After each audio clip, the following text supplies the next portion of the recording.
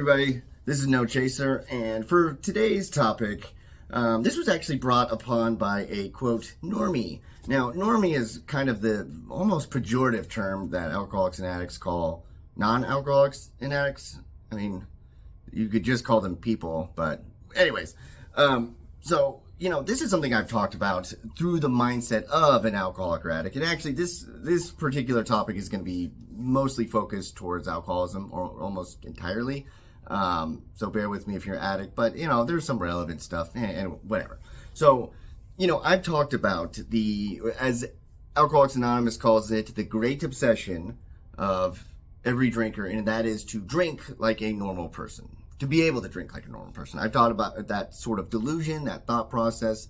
And, the funny thing is, as I've always said, is that, yes, I wish I could drink like a normal person, because then I drink like a normal person every day. And I get drunk like a normal person every day, which, by the way, is not drinking like a normal person.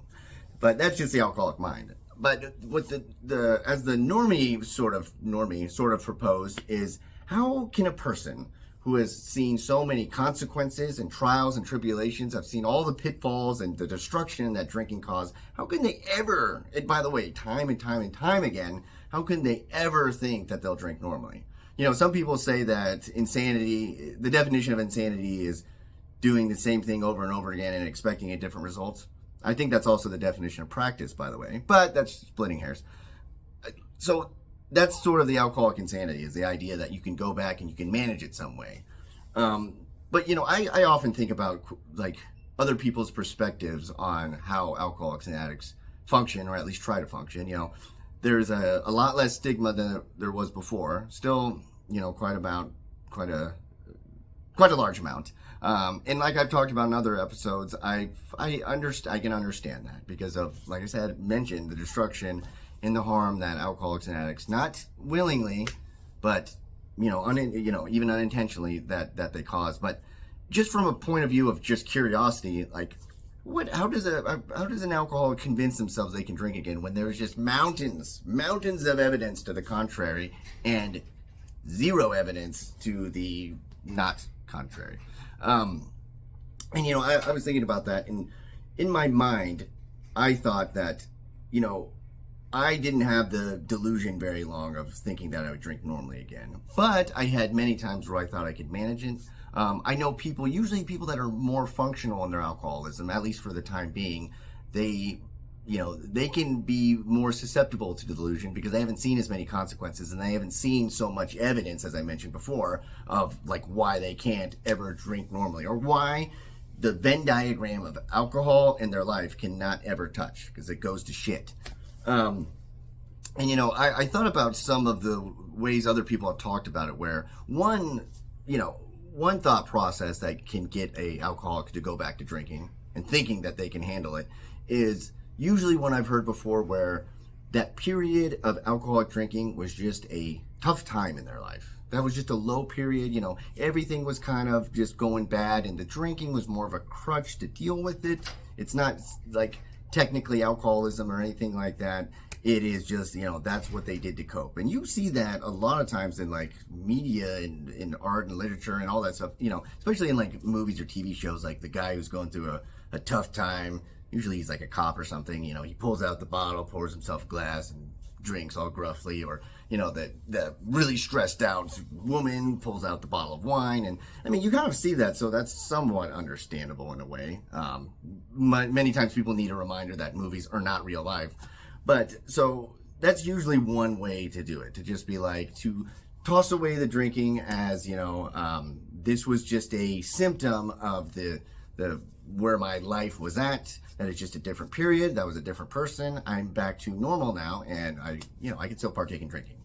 Another sort of way that can call the alcoholic back to drinking is the thought process that, the alcoholism was just temporary, that they've understood, because usually because of, what alcoholism has done to their life, usually they've had to be in some form of treatment, or they've read books about it, or researched it, or looked into it, and in this strange way, even though most of the research says that alcoholism is not curable or changeable, after the research, they'll be like, okay, now I have a grasp on what this is, and I will temper it so I can drink normally.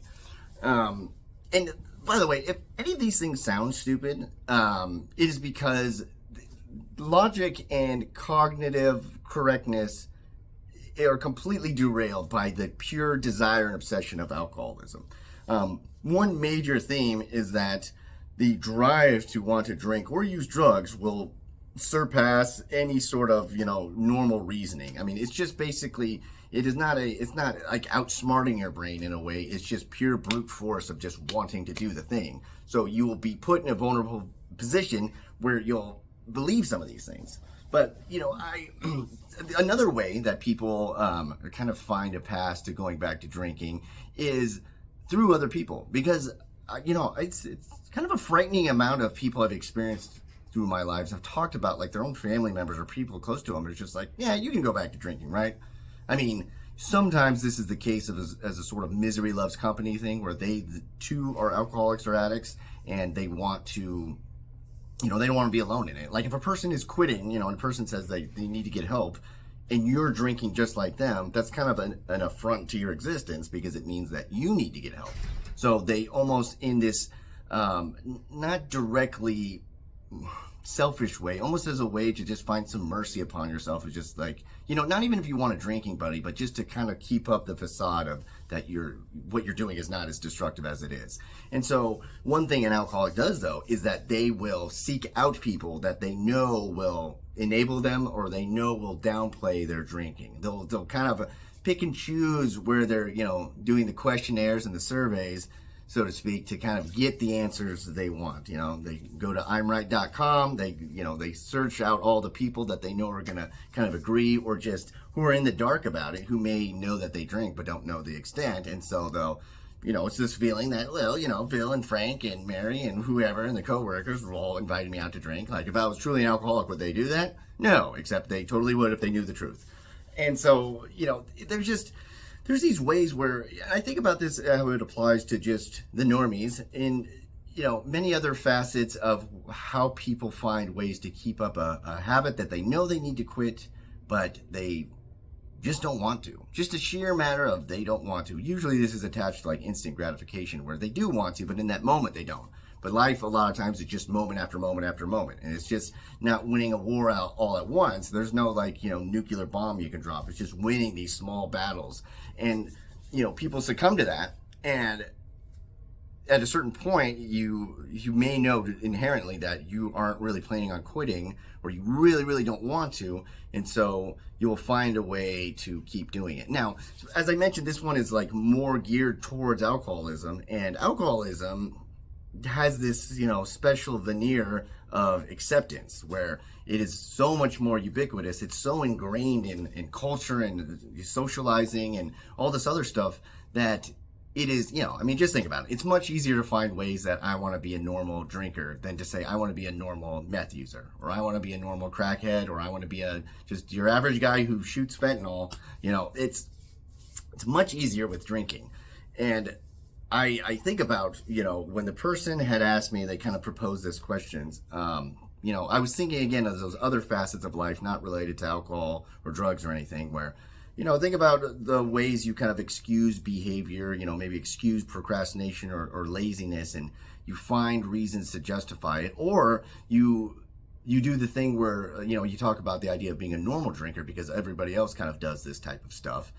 You find kind of comfort in keeping up a bad behavior because other people are doing it. Like everybody has their cheat days, everybody overeats or pigs out, or everybody, I knew of just a bunch of fellow college students who also just kind of talked about procrastinating and not getting stuff done almost in a braggadocious way that just had a hint of insecurity because they knew that they really needed to do the work, but they really didn't want to. And so they just said, I'm just your average college kid who just, doesn't take care of stuff and, slacks off, does the paper at the last, the 11th hour. When in reality, one thing, it just goes for saying, just because everybody does something, or you're everybody, sometimes people think that their fishbowl is the ocean, but just that everybody does it is not, not a green light to do something. And in the sense where you can be unique in the way you are, where some people can do the thing normally, but you can't. And no matter how hard you want to not believe that, again, just the sort of social approval, it doesn't make it a match for you, or doesn't, like I said, shouldn't at least be a green light for you to do it.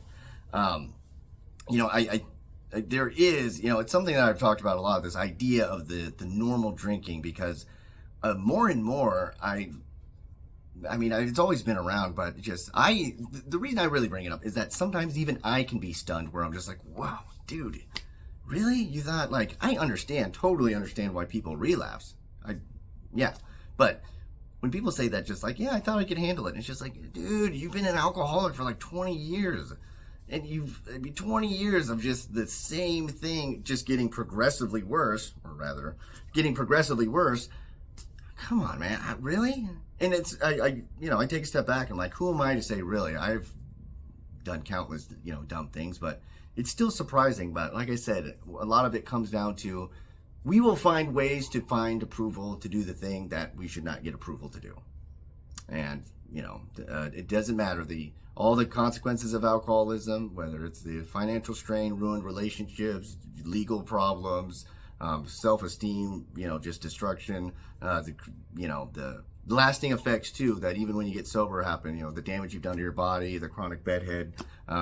Actually, no, that's just, I don't know. I can't ever, this happens immediately right when I get out of the shower. There's no stopping it. I don't know. Anyways, with that being said, I appreciate you guys for watching this. I have the podcast Shoeless in South Dakota. It's about this and other fun stuff. We really, I bring up recovery a good amount, just as sometimes it's analogous to the topic at hand. But like, for instance, this week's episode, we talked about being a fish out of water, dark matter, the subconscious, Carl Jung, just a bunch of fun stuff. So anyways, be well.